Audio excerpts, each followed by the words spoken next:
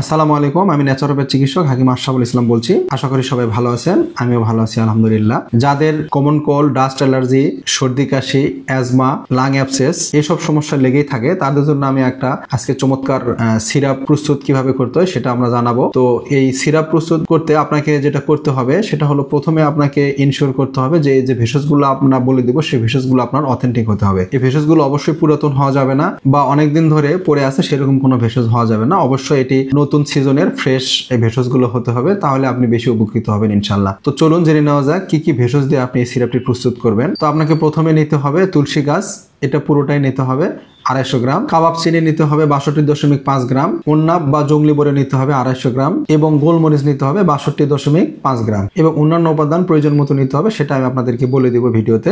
এখন আসি এর প্রস্তুত প্রণালীতে। এই সমস্ত ভেষজগুলোকে 6 লিটার গরম পানিতে ভিজিয়ে রাখতে হবে। 10 থেকে 12 ঘন্টা ভিজিয়ে রাখার পরে চুলায় বসিয়ে হালকা তাপে জাল দিতে হবে। আধা ঘন্টা থেকে 1 ঘন্টা জাল দেওয়ার পরে এগুলোকে চুলা থেকে নামিয়ে ঠান্ডা হওয়ার জন্য অপেক্ষা করতে হবে। ঠান্ডা হয়ে গেলে এগুলোকে ছেঁকে নিয়ে পুনরায় চুলায় দিয়ে হালকা তাপে জাল দিতে হবে। এবার জাল দেওয়ার সময় দেখবেন উপরে ফেনা ভেসে উঠতেছে, এই ফেনাগুলোকে একটা ছাঁকুনি দিয়ে ছেঁকে নিতে হবে। এরপর 1 কেজি পরিমাণ চিনি নিয়ে এই চিনির ক্যারামেল করে এই জাল দেওয়া সিরাপের ভিতরে ছেড়ে দিতে হবে এবং এটি সংরক্ষণের জন্য প্রতি লিটার সিরাপের জন্য 3 গ্রাম পরিমাণ ভালো মানের এসবি আলাদা করে অল্প পরিমাণ পানি নিয়ে তাতে মিশিয়ে সিরাপের ভিতরে ছেড়ে দিতে হবে। এখন আসি এই ফর্মুলাটা আসলে কি কি কাজ করে। আমরা বলেছি যে ডাস্ট অ্যালার্জি, কমন কোল্ড, সর্দি কাশি, অ্যাজমার জন্য তো কাজ করেই, এছাড়াও এই ফর্মুলাটা আরো গুরুত্বপূর্ণ কিছু কাজ করে, সেটা হলো প্লুরাল ইনফেকশন বা ফুসফুসে পানি জমা, লাং অ্যাবসেস, ফুসফুসের প্রদাহ, এই সমস্ত সমস্যাতেও এই ফর্মুলাটা খুব গুরুত্বপূর্ণ কাজ করে। এখন আসি এর খাবার নিয়ম। এই সিরাপটি প্রস্তুত হওয়ার পরে